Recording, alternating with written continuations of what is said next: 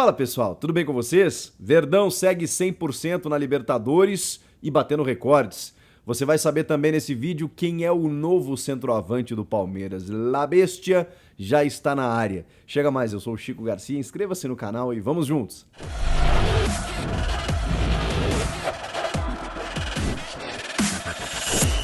Vamos lá falar de Palmeiras, que venceu mais uma na Libertadores, desta vez diferente, né, de tantas goleadas que o time já aplicou nessa fase de grupos. Tinha marcado 20 gols em 4 jogos, nos 4 primeiros jogos, e agora na quinta rodada venceu por apenas 1-0 a equipe do Emelec. Porém, vale os mesmos 3 pontos, né? E com isso o Palmeiras superou um recorde, na verdade igualou um recorde que vinha lá de 1968, quando o Palmeiras conquistou 5 partidas, 5 vitórias consecutivas na Libertadores. É muito tempo, né? Também com esse gol do Danilo, que fase do Danilo, hein? Depois que ele foi convocado, o cara não parou de fazer gols, né? E não é necessariamente a função dele, mas a gente sabe que ele é um jogador que chega muito bem à frente, mas a confiança foi lá em cima, né? Depois do chamado do Tite, é um ano de Copa do Mundo, ele pode muito bem preencher essa vaga, tem os amistosos aí para ele poder, digamos, mostrar serviço, mas a gente sabe da capacidade do Danilo, que vai ser difícil o Palmeiras segurar na próxima janela. A Leila Pereira já disse que não vai vender o Danilo, o que é uma grande notícia, é um jogador de nível europeu que joga aqui no futebol brasileiro. Com esse gol do Danilo, o Palmeiras chegou a 21 gols nessa fase de grupos, igualando o maior número de gols marcados por uma equipe na fase de grupos nesse modelo, que é o River Plate em 2021. Vejam só, se o Palmeiras fizer mais um golzinho, ultrapassa o River e se torna o time com a melhor campanha na fase de grupos da história.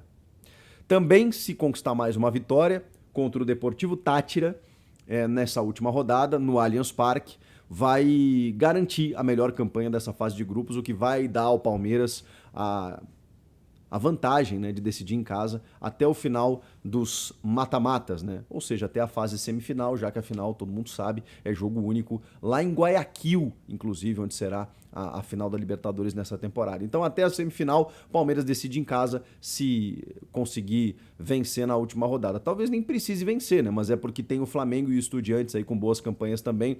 Com uma vitória, o Palmeiras não tem como ser ultrapassado e garante a sua melhor campanha. Foi uma partida um pouco menos frenética, né, do que outras na Libertadores, mas ainda assim o resultado veio e de uma forma até tranquila. O Everton fez uma grande defesa nos minutos finais e aí é impressionante, né, quando o Palmeiras precisa de um goleiro, lá está o goleiro da seleção brasileira, se não titular, mas poderia ser tranquilamente, em atividade no Brasil é o melhor que nós temos, e ele na frente do atacante, né, ele tenta tirar do Everton, né? Chuta embaixo no canto e ele vai lá e busca e faz uma baita defesa que ele vibra muito, porque essa defesa garante os 3 pontos para a equipe do Palmeiras, que também poderia ter feito outros gols, especialmente na segunda etapa, quando o Abel Ferreira alça a mão do seu banco de reservas extremamente qualificado, com o Dudu, Rafael Veiga e Zé Rafael. Ele começa sem esses 3. Num time que tinha o Everton, como eu disse, o Marcos Rocha, o Kusevich e o Gomes, e o Jorge na lateral esquerda, que depois é substituído pelo Vanderlan, para ganhar uns minutos, né? A galera pede muito que o Abel use mais esses jovens da base, especialmente o Garcia e o Vanderlan pelos lados do campo. Já que o Piquerez está machucado, né, e só tem o Jorge ali para a função. No meio de campo, o Danilo abrindo o meio-campo, o Menino ganhando mais uma sequência como titular, um jogador muito bom, mas que perdeu espaço, junto do Atuesta, que tá demorando um pouquinho para se soltar. Não foi um jogo brilhante dele, mas eu acho até que ele apareceu um pouco mais pro jogo nessa partida. E aí Scarpa, Rony e Rafael Navarro.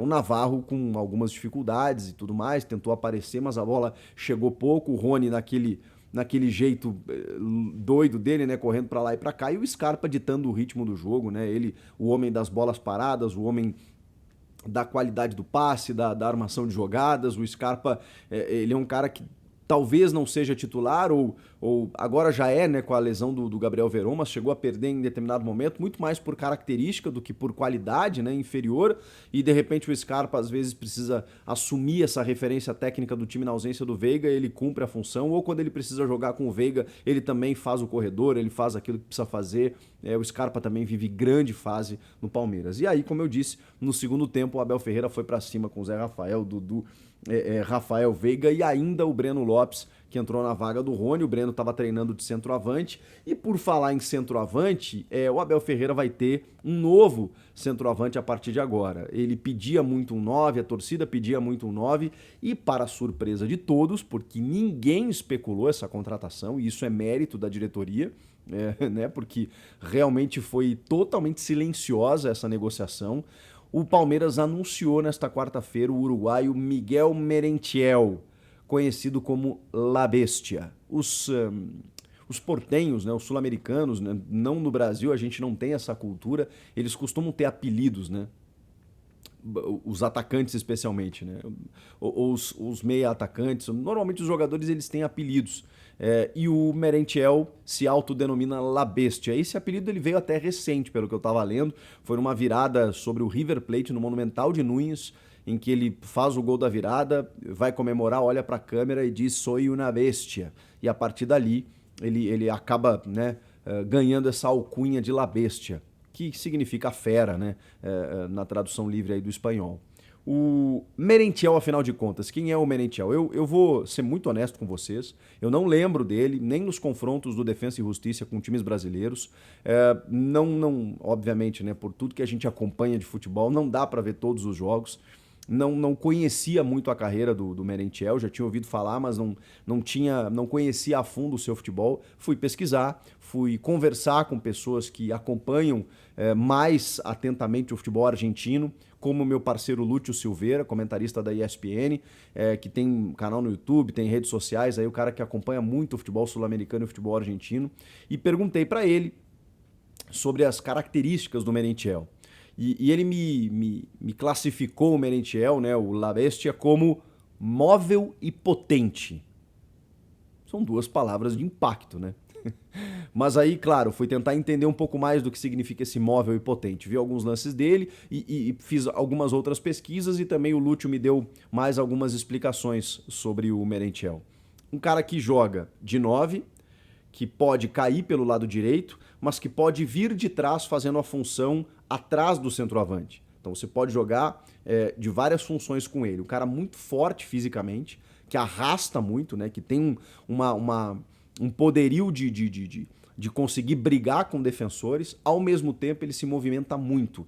Ele não é necessariamente um Rafael Navarro, por exemplo, que precisa estar mais dentro da área numa condição limpa de finalizar. O Merentiel é um cara que se movimenta mais.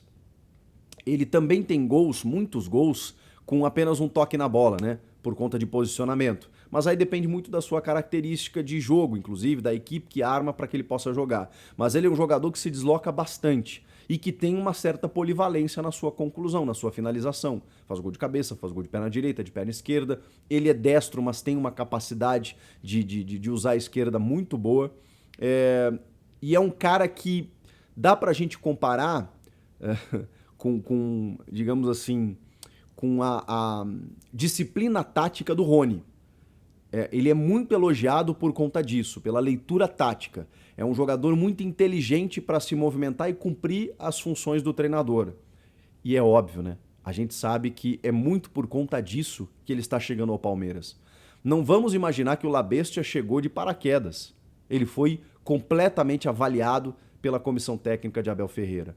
E é óbvio que essa característica ela casa muito com o que o Abel pede aos seus jogadores. Ao fato do Rony ser titular, quando muitas vezes outros jogadores melhores tecnicamente poderiam ganhar a chance. O Rony joga por quê? Esses jogadores, o Veron, o Wesley é cobrado por quê? Porque o Abel gosta de jogadores que entregam taticamente também. O Merentiel tem um pouco disso.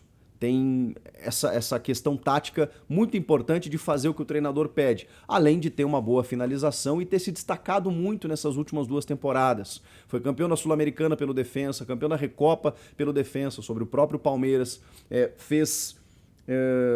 Eu tenho aqui 27 gols em 79 jogos com a camisa do Defensa. Nessa temporada ele já tem 9 gols em 19 partidas, mais 3 assistências, ou seja, ele dá assistência também além de fazer gols. Ele não foi avaliado por nada. É uruguaio, tem 1,76 m de altura, surgiu na base do Peñarol, chegou a defender o Valência B, Foi pro Godoy Cruz, lá não rendeu muito bem, e aí quando ele chega no defensa, nas mãos do Hernan Crespo e do Sebastião Becassese, ele decola e ganha boas oportunidades, até ao ponto de, inclusive, estava sendo especulado para defender o River Plate para a próxima temporada, para vocês terem uma ideia do centroavante que o Palmeiras está contratando.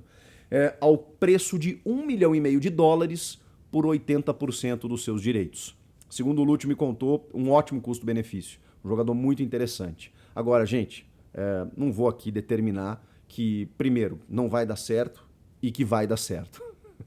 Não dá pra gente saber. O que a gente tem são essas informações ainda preliminares, em termos de características, em termos de informações, em termos de bastidores, de como a comissão técnica chegou nele, pelo destaque que ele teve nas últimas temporadas, pela função que ele exerce, mas um jogador que vai depender muito de como vai se encaixar no esquema, se vai se adaptar imediatamente, se vai demorar um pouco mais. Informação importante: ele só pode vestir a camisa do Verdão a partir do dia 18 de julho, quando reabre a janela de transferências. Então, até lá, ele já visitou a academia de futebol, já está integrado, então vai participar dos treinamentos, vai receber muita orientação. Talvez isso facilite, inclusive, nesse processo de adaptação, para que quando ele possa estrear, ele já tenha quebrado um pouco essa questão do cara estar chegando no futebol brasileiro e tal. Ele tem esse período aí para se adaptar até lá.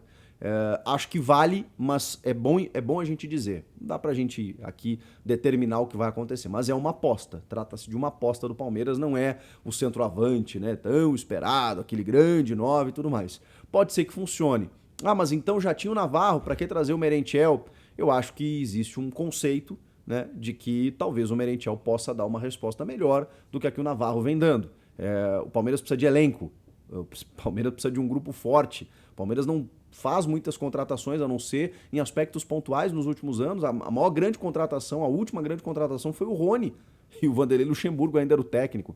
Então, assim, faz tempo que o Palmeiras não vai ao mercado. E essa foi realmente surpreendente, pegou todo mundo de surpresa. A gente vai ter que aguardar. Não vamos tirar conclusões precipitadas. Eu, pelo menos, não farei isso. Comentem aqui o que vocês acharam de tudo isso. Inscreva-se no canal e eu volto na próxima. Tchau!